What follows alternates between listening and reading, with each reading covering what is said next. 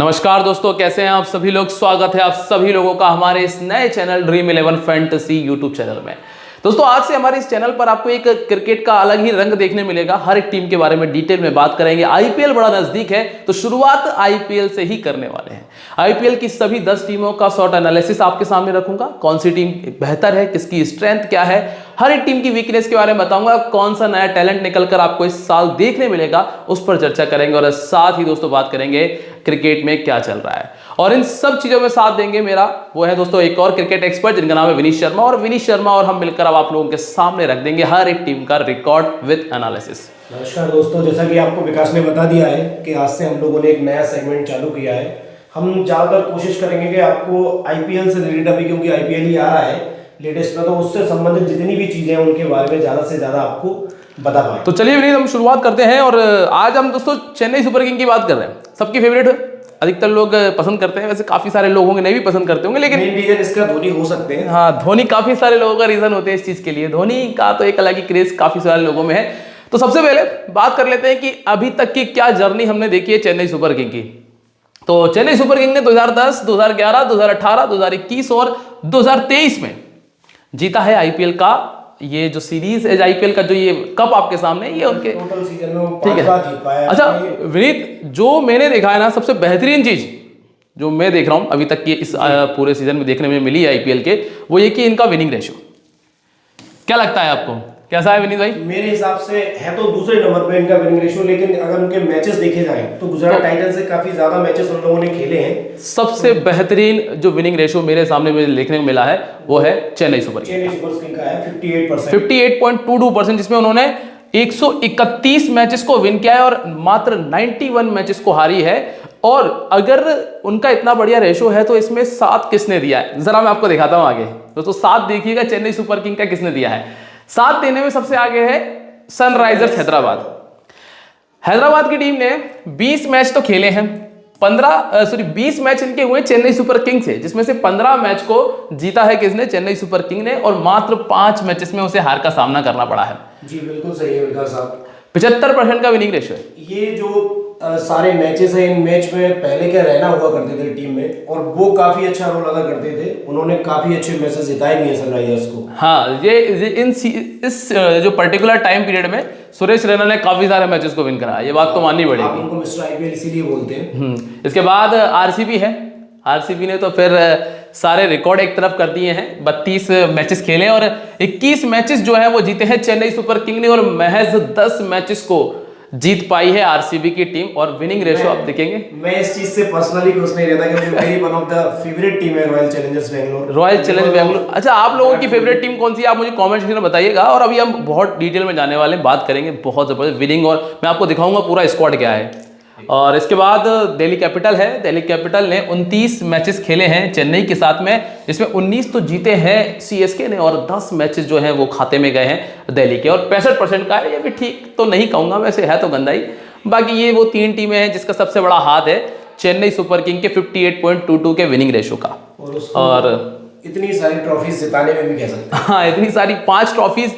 हाँ ना, एक बात और, 5 ट्रॉफीज की बराबरी जो कर ली है अभी इन्होंने एमआई की। जी, एमआई की बराबरी कर चुकी है चेन्नई सुपर किंग की टीम। ये तो आप सभी लोग जानते हैं, दोनों टीमें 5-5 टीम है। विकास में बताऊं आपको, एमआई टीम रोहित की कैप्टेंसी में लाजवाब खेला है, लाजवाब। अच्छा, धोनी की कैप्टेंसी और रोहित की कैप्टेंसी में तुम्हें कौन सी कैप्टेंसी ज्यादा बेस्ट लगती है? मैं एज अ प्लेयर अगर देखूंगा तो फिर रोहित का कोई मुकाबला है ही नहीं। वो अपन किसी भी अगर प्लेयर से कर ले तो धोनी तो उनके आगे शायद बहुत पीछे रह जाएंगे, लेकिन एज अ कैप्टन अगर हम कंपेयर करें तो दोनों एक जैसे ही दिखाई देते हैं। बहुत अच्छी कैप्टेंसी करते हैं धोनी, नो डाउट। और अब दोस्तों इसके बाद अगर हम बात करते हैं लोएस्ट विनिंग रेशो की, लोएस्ट विनिंग रेशो में मैं आपके सामने ये रखने वाला हूं कि भाई कौन सी टीम ऐसी है जिसके सामने चेन्नई सुपर किंग की टीम का जीतना मुश्किल हो जाता है। तो यहाँ पे जो पहला नाम है गुजरात टाइटंस का है। हालांकि गुजरात टाइटंस के साथ ज्यादा मैचेस हुए नहीं है, 5 मैचेस खेले जिसमें से 2 जीते गुजरात ने और 3 डोमिनेशन लेवल देखने को मिला है। ये बात हमको माननी है। हाँ, गुजरात का डोमिनेशन रहा है, भले ही उसमें 2 खेले हैं अभी। गुजरात ने सिर्फ 2 ही सीजन खेले हुए हैं हालांकि, लेकिन फिर भी दोनों सीजन में फाइनल में पहुंचना वो अपने आप में बड़ी बात है। विनिंग रेशियो भी सबसे ज्यादा उसी की है, गुजरात 40% ये विनिंग रेशो है इनका। सबसे कम जो विनिंग रेशियो है सीएसके का वो है गुजरात के साथ। इसके बाद अगला नाम है मुंबई इंडियंस का, और उसके बाद लखनऊ सुपर जायंट्स है। लखनऊ सुपर जायंट्स से हालांकि सिर्फ 3 ही मैच खेले, जिसमें एक मैच जीता, एक हारा और एक बिना किसी नतीजे के समाप्त हुआ था। और जैसा हम बात कर रहे थे विकास, यहाँ अगर हम मुंबई को देखें, कप्तानी ये बात माननी पड़ेगी आपको भी नहीं की सही बात जो भी हमारे साथी एक्सपर्ट ने बताई थी कि 38 मैचेस हो चुके हैं और जिसमें से 21 बार हार का सामना करना पड़ा है चेन्नई सुपर किंग को मुंबई इंडियंस से। तो इसमें कप्तानी तो यार बाजी मार गए, रोहित शर्मा जी बाजी मार गए। सेगमेंट में भी रोहित आगे जाते दिखाई दे रहे हैं। बिल्कुल बिल्कुल बिल्कुल 21 मैचेस को जीतना मतलब अपने आप में एक बड़ा वो भी चेन्नई नंबर है। चेन्नई बहुत अच्छे नाम रहे हैं, ये बात बहुत ही मेरे वन ऑफ द बेस्ट। और इन सब में सबसे बड़ी बात क्या है, जब आप देखते हैं कि चेन्नई सुपर किंग्स में की जो मैचेस हैं कहाँ होते हैं, चिपॉक में जाके, और इनके होते हैं वानखेड़े में। और चिपॉक का जो पिच बिल्कुल डिफरेंट पिच है, जहां पे आपको बहुत ज्यादा स्पिन का सामना करना पड़ता है, बहुत ज्यादा आपको टर्न देखने मिलता है, जहां पे स्कोर आपको बहुत लो स्कोर देखने मिलती है। और अगर आप चेन्नई की टीम देखेंगे, क्वालिटी स्पिनर्स उनके पास में मौजूद है शुरू से, पहले से ही रहे। रविंद्र जडेजा ने काफी लंबा समय, इमरान ताहिर, मिचेल सेंटेनर इनके पास रहे हैं, अब तीक्षणा उनके पास में मौजूद हैं, और अब तो रचिन रविंद्र उनके पास आए। तो कुल मिला के स्पिन कह सकते हैं, स्पिन जो है चेन्नई का हमेशा से एक स्ट्रेंथ रहा है, ये बात माननी पड़ेगी। थोड़ा सा वीकनेस में अगर बात करें तो पेसर्स उनके पास हमेशा से उतने अच्छे नहीं रहे क्वालिटी। लेकिन अभी हम ये कह सकते हैं कि जो चेन्नई सुपर किंग की टीम है वो जैसा आप देखने भी कई बार सुनने मिलता होगा कि बूढ़े लोगों की टीम है। बूढ़े लोगों की टीम तो है, ये तो मानना पड़ेगा। चले अब बात कर लेते हैं स्क्वाड की। तो सबसे पहले शुरुआत होती है महेंद्र सिंह धोनी से। एमएसडी है इनके कप्तान, जो कि विकेट कीपर भी रहेंगे, साथ में डेवॉन कॉनवे। ये पुराने जो प्लेयर हैं जिसमें ऋतुराज गायकवाड़, अजिंक्य रहाणे और शेख रशीद हैं। और समीर रिजवी की तरफ मैं थोड़ा सा ध्यान खींचूंगा। ये एक ऐसा टैलेंट है, अगर इसको चेन्नई अपने स्क्वाड में मौका दिखा तो ये बहुत अच्छा करके दिखाएंगे। समीर रिजवी तगड़े प्लेयर हैं, बहुत गजब प्लेयर है। समीर रिजवी के बारे में मैं आपको बिल्कुल मानना पड़ेगा, जब आप इन्हें खेलते हुए देखेंगे ना, मजा आएगा आपको इनको खेलते हुए देखकर। इसके बाद रिसेंटली आपने अंडर 19 वर्ल्ड कप में इनको विकेट कीपिंग करते हुए देखा होगा, और वैसे इनका नंबर लगेगा नहीं तो आप भी जानते हैं, विकेट कीपिंग में एकमात्र अभी जो नंबर चलता रहेगा वो धोनी का है। तो ये सिर्फ अभी बेंच को ही वार्म करेंगे और आगे चलते हैं। ऑलराउंडर सेक्शन जो कि सबसे स्ट्रेंथ है, खतरनाक सेक्शन है इस टीम का, कौन कौन है विनीत भाई? की मेन स्ट्रेंथ है विकास, मैं बताऊंगा कि मेन स्ट्रेंथ अगर किस पे रिलाई करती है चेन्नई तो वो है उसका ऑलराउंडर सेक्शन। बड़े बड़े हैं नाम यहाँ पे, कौन कौन है इनके पास में, फिर हम देख लेते हैं। जडेजा, सेंटेनर, मोइन अली, शिवम दुबे और निशांत सिंधु नए ऐड हुए हैं, अभी तो इनका खेलना देखना बाकी है। इसके बाद अजय मंडल, रचिन रविंद्र, ये दो नाम कुछ ऐसे ऐड हुए हैं जो में भी विकास मेरे लिए रचिन रविंद्र जो है वो एक ऐसा नाम है जो चेन्नई को अलग ही लेवल पे एक्स फैक्टर कह सकते हैं। क्या एक्स फैक्टर कह सकते हैं? एक्स फैक्टर कह सकते हैं इसको हम। और डायरल मिचेल तो फिर मेरे फेवरेट प्लेयर है। अगर मैं न्यूजीलैंड की तरफ जाकर देखूंगा तो मेरा सबसे बेस्ट जो फेवरेट प्लेयर है वो डायरल मिचेल है। ये मैं आपसे कई बार कहता हूँ। और जब भी आप देखते हो कि मैं टीम बनाता हूँ ड्रीम 11 की, जब भी हम टीम तैयार करते हैं तो आप देखते होंगे मेरे मैक्सिमम टाइम डायरल मिचेल मेरे कैप्टन होते हैं। कैप्टन वाइस कैप्टन की लिस्ट में मेरे रहते हैं ये, और अगर खेलेंगे तो ये अब भी रहेंगे। और एक बिट्सिल लॉर्ड की वापसी हुई है, लेकिन क्या कहना चाहोगे आप इन लॉर्ड के बारे में? गोल्डन नाम कहते आए, क्या पता नहीं क्यों है गोल्डन नाम, लेकिन है गोल्डन नाम है। रन देते हैं, मतलब भरपूर रन देते हैं। डिंडा एकेडमी के मेन दावेदार हैं, जो डिंडा एकेडमी के सीईओ के मेन दावेदार हैं शार्दुल ठाकुर। हो सकता है उन्हें ज्वाइन करने को मिल जाए, ज्वाइन करने को मिले डिंडा एकेडमी। इसके बाद है गेंदबाजी सेक्शन, जो कि इनका सबसे कमजोर पक्ष कह सकते हैं हम। और इसमें शुरुआत के लिए बोलूंगा बिकॉज़ में स्पिनर तो फिर भी बहुत अच्छे क्वालिटी है, लेकिन इनके पास पेसर जो है ना वो आपको, अगर एक दीपक चहर को हम यहाँ पे छोड़ दें तो और इतना और एक और हम कह सकते हैं पथिराना है हमारे पास में। पथिराना ये मुझे लगता है कि पूरा सीजन शायद ही खेल पाएगा, कि मैक्सिमम इंजरीज में रहते हैं। हो सकता है बीच में फिर चोटिल हो जाए तो बाहर जाना पड़ जाता है, बाहर जाने का एक बड़ा संकोच। और इनके अलावा फिर एक ही नाम उन्होंने ऐड किया इनके रिप्लेसमेंट में, वो है मुस्तफिजुर रहमान। फिर रहमान के साथ जाना पड़ेगा चेन्नई को, मुस्तफिजुर रहमान के साथ में। तो फ्रेंड्स यहाँ पे शुरुआत होती है राजवर्धन हांगरेकर से। पिछले साल भी इन्होंने ज्यादा कुछ खास किया नहीं था, और ये उसके पहले वाले वर्ल्ड कप के शायद विजेता थे कि विजेता थे शायद, है ना?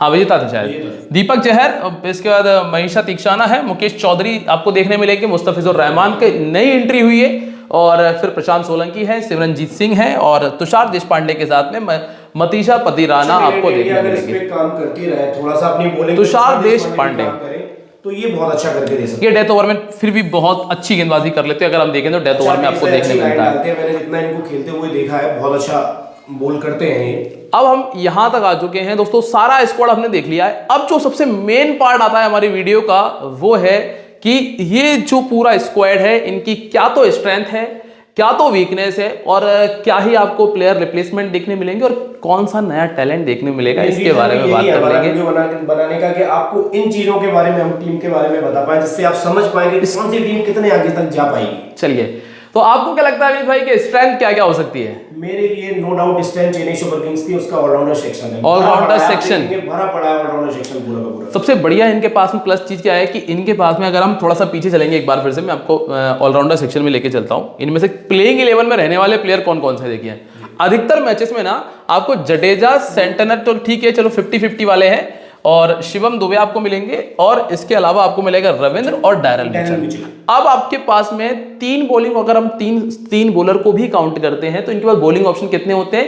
1 2 3 4, जिन्होंने रिसेंटली अंतरराष्ट्रीय में भी गेंदबाजी की थी, और 4 अंतरराष्ट्रीय में क्या गजब का खेल रहे हैं। और इसके अलावा 3 और एक्स्ट्रा गेंदबाज मिलते हैं, 7 से 8 गेंदबाज मिल जाएंगे, जो कि एक T20 के हिसाब से बहुत बढ़िया ऑप्शन होता है। और दूसरा ये डेप्थ देते हैं अपनी बैटिंग को, सबसे बहुत बढ़िया चीज है ये इस चीज के लिए। आप अगर प्रॉपर 3 बल्लेबाज लेके खेल रहे हैं, उसके बाद में आपके पास में 4 ऑलराउंडर है, तो 7 से 8 नंबर तक बल्लेबाजी मिल जाती है। सचिन रविंद्र, डैरल मिचेल, शिवम दुबे और रविंद्र जडेजा का तो क्या ही कहना है, आज तक करते आए हैं, बहुत अच्छी चीज है वो। रविंद्र जडेजा शानदार गेंदबाजी के साथ में सबसे बड़ी स्ट्रेंथ जो अगर देखेंगे ना इनके पास में वर्तमान में, एक जडेजा मेरे हिसाब से, मतलब जो मेरा व्यू है उसमें डैरल मिचेल, जडेजा को मैं मान के चलता हूं। सचिन रविंद्र की भी गेंदबाजी को लेके थोड़ा सा उतना मतलब मैं बेहतर नहीं मानता उनको गेंदबाजी में, क्योंकि मैं उनकी गेंदबाजी 50-50 लेके चलता हूं। बाकी झुकाव सचिन रविंद्र की तरफ सिर्फ इसलिए क्योंकि पेसर्स हमने देखा है उतने अच्छे हैं नहीं, तो जो चीज चेन्नई की अच्छी है वो है स्पिन, तो एक वो इनकी पिच पर इनको मदद कर सकती है। ये मैं कह सकता हूं कि पिच पर जहां पे मैच होगा वहां पे आपको देखने मिलेगा। फिर अच्छा रहेगा। इसके बाद अगर इनकी बैटिंग की बात करें, सबसे मेन चीज जो इनके पास में है वो है डेवन कॉनवे। यस, आप इसे अगर हम डुप्लेसी को हटा देना तो डुप्लेसी का मिस्टर कंसिस्टेंट, अगर किसी को आप इनको नाम दे सकते हो डेवन कॉनवे को, बिल्कुल बहुत अच्छे प्लेयर हैं, ये टेक्निक वाइज भी बड़े अच्छे खेलते हैं, बड़े हिट लगा सकते हैं इजीली, कोई दिक्कत नहीं है, पिच पर खड़े रहने का काम भी कर सकते हैं, और मैच को कहीं से भी पलटने की क्षमता इनके पास में है। सिंगल हैंडेडली जिताने की अगर कोई सबसे बड़ा डेवन कॉनवे, ये सबसे बड़ी स्ट्रेंथ हम इनकी कह सकते हैं। बाकी धोनी तो नंबर 7 नंबर 8 पर बैटिंग करेंगे, हो सकता है कि गेंदबाजों से भी थोड़ा सा नीचे आना पड़ जाए इनको, लेकिन मेरे हिसाब से देखा भी है कि जडेजा से भी शायद पीछे खेलने के लिए आ जाते हैं। कई बार जडेजा से नीचे बैटिंग करते हैं, तो वहां की स्थिति में तो धोनी का काम अभी सिर्फ विकेट कीपिंग तक ही सीमित रहेगा। बाकी आप लोगों की क्या राय है मुझे कमेंट सेक्शन में जरूर बताइएगा। अब अगर दोस्तों बात करें वीकनेस की, ये सबसे बड़ी जबरदस्त चीज है कि भाई स्ट्रेंथ तो हमने बात कर ली कि ऑलराउंडर जबरदस्त है इनके पास में। अगर आप देखोगे 3 नंबर से लेकर 4-5 नंबर तक बैटिंग प्लस बॉलिंग दोनों करने वाले प्लेयर हैं। 7 गेंदबाजी ऑप्शन इनके पास मिल जाते हैं, 7 से 8 नंबर तक की बल्लेबाजी आपको मिल जाती है, सबसे बढ़िया चीज है। लेकिन अगर आप बात करें वीकनेस की, जो कि आगे लेकर जाने में सबसे महत्वपूर्ण होता है कि स्ट्रेंथ तो ठीक है आगे लेके जाएगी, रोक कौन सकता है आपको, उसके बारे में बात करते हैं। मैं वीकनेस मेरा इस पे पॉइंट आउट भी दूंगा विकास के जो पेसर्स हैं, पेसर्स सबसे पहला पॉइंट आपको पता होगा कि इस बार आईपीएल सेगमेंट में एक नया रूल आने वाला है 2 बाउंसर्स का। तो अगर हमारे पास क्वालिटी पेसर्स नहीं होंगे, उतने हाइट वाले पेसर्स भी हमने देखा नहीं है, तो 2 बाउंसर का जो उपयोग है वो हर टीम के खिलाफ करने वाली है, लेकिन ये उसका भरपूर उपयोग नहीं कर पाएंगे। तो 2 पेसर्स मतलब दिक्कत, 2 बाउंसर मतलब दिक्कतें बढ़ सकती हैं, और पेसर्स इनके लिए सबसे बड़ी दिक्कत होगी, ये मेरा मानना है। और उसके बाद इनके पास बॉलिंग ऑप्शन माना कि बहुत सारे हैं, लेकिन वो जो एक टॉप क्लास वाली बात आती है ना, वो थोड़ी सी जो इंडियन वीकनेस इनके पास उतना अच्छा है नहीं। ये सबसे बड़ी चीज होती है कि भाई दिक्कत क्या है कि आपके पास में इंडियन पेसर होना जरूरी है, इंडियन कम से कम 2 ऐसे पेसर होना जरूरी है जो कि आपके लिए पूरे टूर्नामेंट में खड़े रह सके। बिल्कुल, क्योंकि अगर आप मुकेश चौधरी पर डिपेंड कर रहे हैं, जो कि जिनको बनाना पड़ रहा है कि आप सिर्फ पावर प्ले में गेंदबाजी कर सकते हैं, दीपक चहर से आप गेंदबाजी करवाना चाह रहे हैं। आगे के धोनी में आपने देखा होगा अधिकतर शुरुआत में 4 ओवर उनसे फिकवा लिए होंगे दीपक। लास्ट सीजन में यही स्थिति हमने मुकेश चौधरी की भी देखी, मतलब मुकेश चौधरी भी सिर्फ पावर प्ले में गेंदबाजी करेंगे, दीपक चहर भी सिर्फ पावर प्ले में करेंगे, तो मिडिल ओवर्स में कौन गेंदबाजी करेगा, वहां क्या सिर्फ जडेजा पे डिपेंड करना पड़ेगा। तीक्षाना भी वो भी पावर प्ले के ही गेंदबाज आपको देखने मिलते हैं अधिकतर टूर्नामेंट में। खुद अंतरराष्ट्रीय टीम के लिए भी वो पावर प्ले में ही गेंदबाजी करते हैं। तो मिडिल ओवर्स की जो गेंदबाजी है वहां थोड़ी दिक्कत है। और एक और सबसे बड़ी दिक्कत है लेग ब्रेक। बिल्कुल लेग ब्रेक, कोई क्वालिटी लेग ब्रेक इस टीम के पास में मुझे नजर नहीं आया है।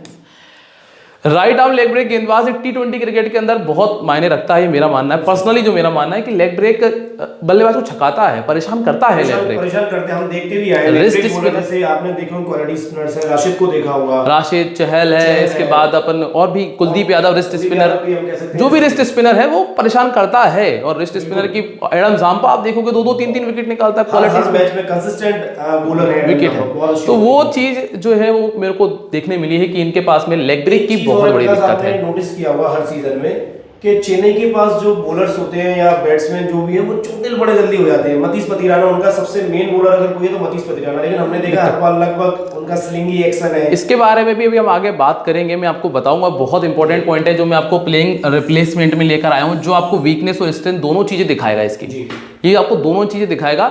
वीकनेस की तो हमने बात कर ली है कि भाई इनके पास बॉलिंग उतनी स्ट्रेंथ नहीं है। भले आपके पास में 8 बॉलिंग ऑप्शन जरूर हैं, आप उनको अलग अलग करके ट्राई कर सकते हो, लेकिन एक अच्छी प्रॉपर फास्ट बॉलर की बात कर लें या फिर बात करें लेग स्पिनर की, तो वहां थोड़ी सी दिक्कत नजर आई है। और बल्लेबाजी हालांकि इनके पास भरपूर है, हिटर भरपूर है, कोई दिक्कत नहीं। डैरिल मिचेल बहुत बढ़िया हिटर है, ये हम स्ट्रेंथ में काउंट कर सकते हैं कि बहुत बढ़िया हिटर उनके पास मौजूद है।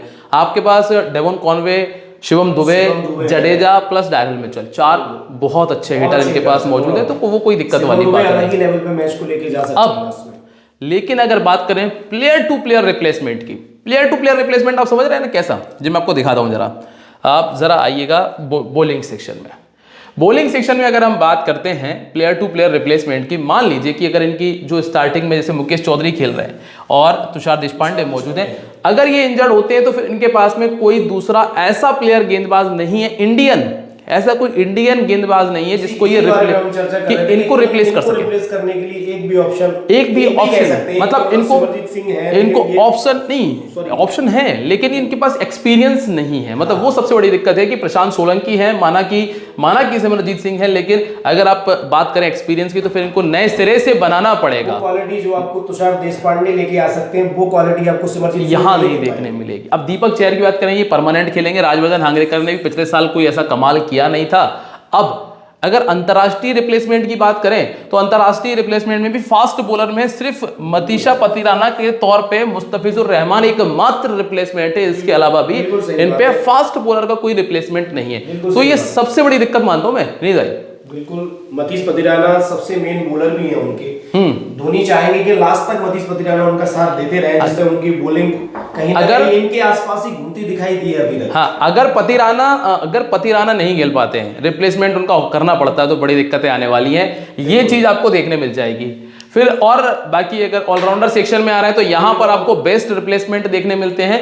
रचिन रविंद्र, डैरिल मिचेल का रिप्लेसमेंट बढ़िया रिप्लेसमेंट है। ये आपस में पिच के अकॉर्डिंग काम हो जाएगा। जैसे अगर फास्ट बॉलर्स को सपोर्ट कर रही तो मिचेल खेल सकते हैं, और अगर स्पिन को सपोर्ट कर रही तो रचिन रविंद्र खेल सकते हैं। मोइन अली भी इनके पास एक ऑप्शन है। तो यहां पर ऑलराउंडर सेक्शन में, या फिर हम ये कहें कि ऑलराउंडर सेक्शन का रिप्लेसमेंट बेटर है। और फिर जो दिक्कत दोबारा से आती है वो आती है बैटिंग सेक्शन में। बैटिंग सेक्शन में आपके पास रिप्लेसमेंट के तौर पे प्लेयर नहीं है। डेवॉन कॉनवे अगर इंजर्ड होते हैं तो फिर इनके पास में एक भी ऐसा प्लेयर नहीं है जिसके तौर पे आप कह सकते हो कि हाँ ये ओपन करेगा, साथ में आपको बढ़िया बैटिंग देगा, डेप्थ देगा, बढ़िया लंबे समय तक खेलता रहेगा। नहीं है इनके पास में। अगर डेवॉन कॉनवे चोटिल हो जाते हैं तो फिर मजबूरी होती है कि अजिंक्य रहाणे को लेके आना पड़ता है। हमने देखा पहले भी अजिंक्य रहाणे से ओपन कराया, लेकिन वो स्ट्रेंथ नहीं मिल पाएगी जो अपन डेवॉन कॉनवे से एक्सपेक्ट करते हैं वो अजिंक्य रहाणे से। हालांकि अजिंक्य रहाणे का पिछला सीजन बहुत अच्छा गया था, लेकिन उसके बेसिस पे आप अगले सीजन पर भी दाव लगा दें तो वो थोड़ा सा मुश्किल हो जाएगा, क्योंकि साल भर फिर उन्होंने कोई क्रिकेट नहीं खेला।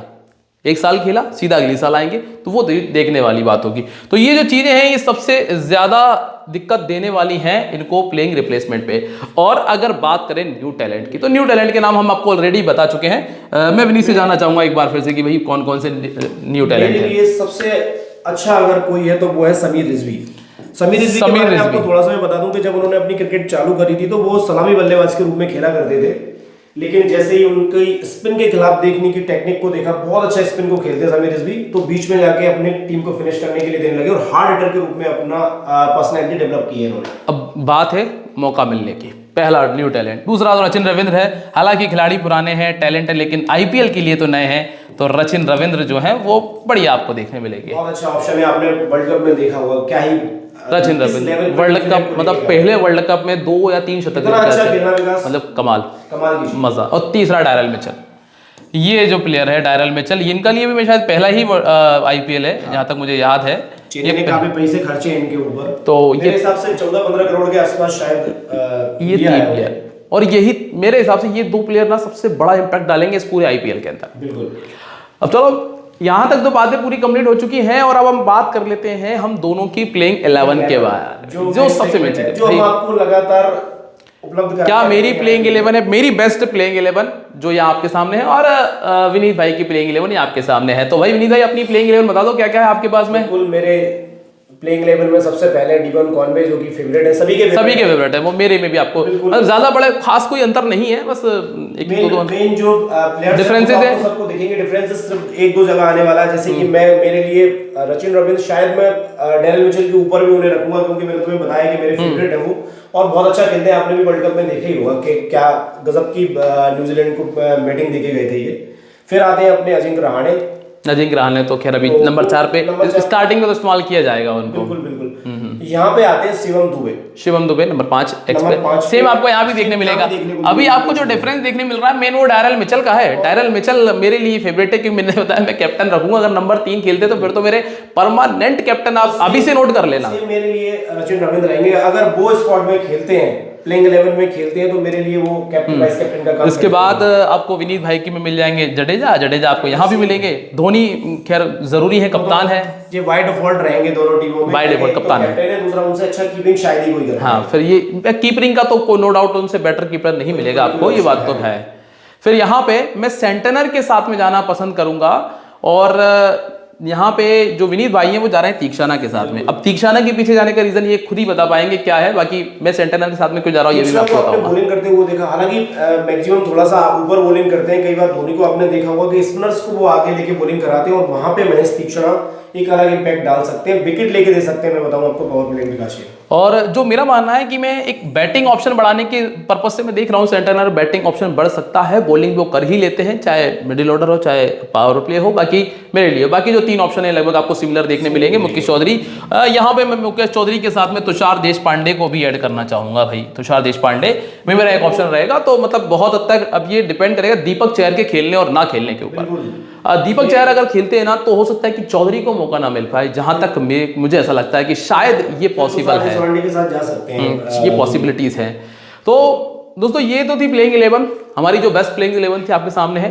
बाकी आप लोगों का क्या मानना है कि क्या बेटर हो सकता है, मुझे कमेंट सेक्शन में बताइएगा। अगर आप लोगों को सभी टीम्स के एनालिसिस चाहिए, स्क्वाड एनालिसिस चाहिए, तो क्या विनीत भाई अपन दे पाएंगे? बिल्कुल, अगर प्यार मिलता रहा ऐसे ही और भाई सपोर्ट मिलता है तो बिल्कुल आपको और अच्छे तरीके से हम बता और बेहतर जो बेस्ट होगा आपके लिए क्रिकेट की हर एक बारीकी आपके सामने रखी जाएगी। लेकिन इसके लिए आपको करना बस इतना सा है कि वीडियो को लाइक और शेयर कर दीजिएगा, कमेंट करके बताएं कि वीडियो कैसा लगा है, और चैनल पर अगर नए हो तो कमियां छोड़ दी उनको भी आप कमेंट डाउन कर सकते हैं, तो हम जो लेके आएंगे नो डाउट नेक्स्ट वीडियोस में। और चैनल को सब्सक्राइब करना मत भूलिएगा, तभी तो आप लोगों से अगली बार मुलाकात हो पाएगी। तो जल्द ही मिलते हैं अगली वीडियो में एक बार फिर, तब तक के लिए बाय, जय हिंद, जय महाकाल।